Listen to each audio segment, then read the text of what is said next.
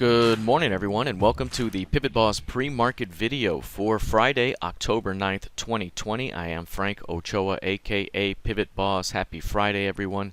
One quick programming note here. This will be the final pre-market video until next Wednesday morning. I will be out of the office Monday and Tuesday of next week, but Wednesday morning I will post the next pre-market video bright and early for everyone to see. But for right now, let's take a look here at the daily time frame of the ES. You'll notice here in the daily time frame that price has exploded through the previous month's midpoint. That's the 33.92 halves. You also have the 3400 round number here and the 3400 quarters, which is the FOMC key level. Price has taken that zone bid here and has rallied. Now again, the previous session, when you look at a daily candle here, it looks very, very bullish and strong, but the previous session was mostly a range-bound chop day with a strong finish, and now we're seeing a very, very quiet, narrow range pre-market here of just 22% of ADR, by the way. 14.75 points of range right now, and that's very narrow. The other thing that we're seeing here is that price is testing this LVN right across here right after we drop down, and it's back to testing that zone, and up here has been very thinly traded above the 3450. So this is going to be a zone to keep an eye on right now, that if price can't hold 3445s here, we may be looking at a quick return back to yesterday's midpoint, followed by the potential to briefly become an outside day and retest that 3400. So that could be about 50 handles, 52 handles from where we currently are if that were to take place. So keep an eye on 3445s. Any failure to hold that zone could rotate price back down toward the previous session's midpoint. That could be an easy day trading target. That's 3426 half. And if a failure holds there, then a failure to hold that level opens up 3400 perhaps down below. So keep an eye on that. But right now, as long as price remains above 33.92 half, we could pull back as deep as that, and it could still be a buy back higher until price falls back below that level. Okay, let's take a look now at the NQ. You'll see here the NQ continues to test a very, very important zone in the chart. This zone is the 11,560 level, which is this previous month's midpoint. It comes across right here. Well, a little bit lower actually, that pink line. And you also have the 11,600 level, which has been basically the highs. Today's high is 602 half. Last week's high here is 604.75, I believe. And so price is sitting right at the previous week's high, and is sitting right at the 11.6 and right at the previous month's midpoint of 560. Right between those two zones. This is a very, very important area. You can also see how important it is by the volume ledge that is created above. Very clear shelf right there, and it drops off tremendously, and then we have thin traded stuff above it. So if price is going to be able to break through 11.6, it opens up a clear path to retrade all those prices back higher.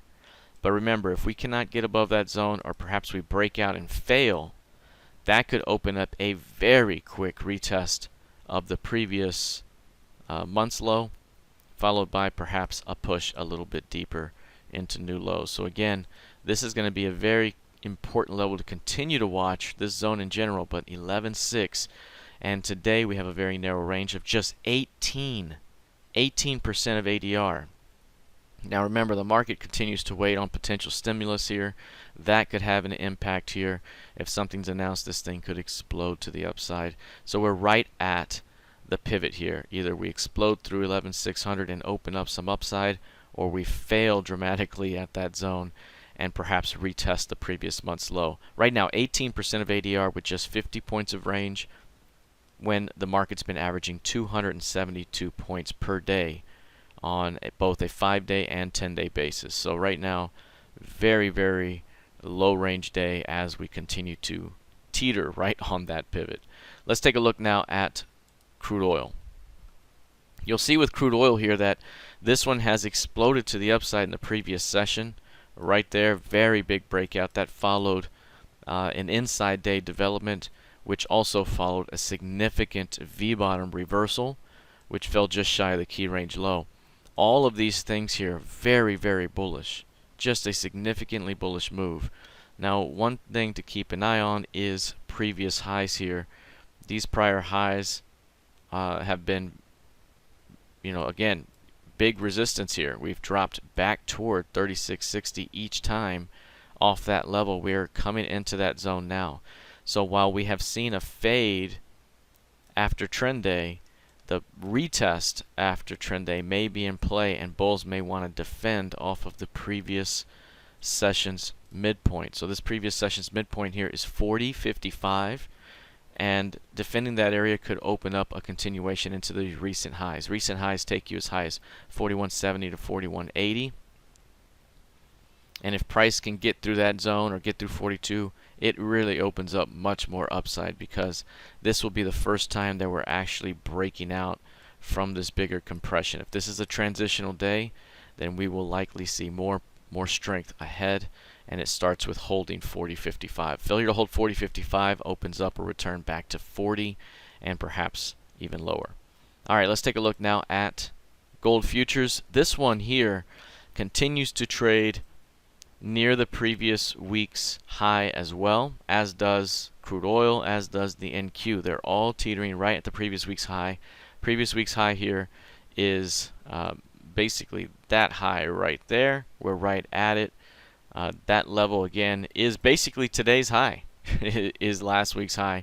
We're right at it. This top pink line right there is the previous month's midpoint, 1926 and change. That right there, very important level as well. And you can see how so far price held the 1874s and is now back to 1926s.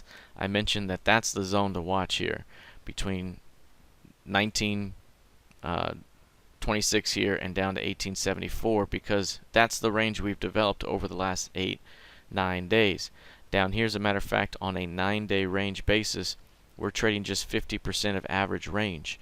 That means we could see a significant expansion phase here pretty soon whenever we break free from the zone. If it's above 1926, it opens up about 100 to 113 handles of upside. If it rejects there and breaks through 1874, again, about 100 to 115 handles of movement could be seen in that direction. So we're building up the energy to move about 113 points at least. And again, we got to see if we can break above 1926 or below 1874 to do it. Again, we have this kind of downward sloping channel developing. If it can break above a prior month's midpoint, it could explode to the upside. I mean, really, really move, where we reach 1987 very quickly, and above 1987 opens up 2089s. All right, that is it for now. We'll see how this plays out heading into the weekend. Have a fantastic Friday, and I'll see you in the trading room. Take care.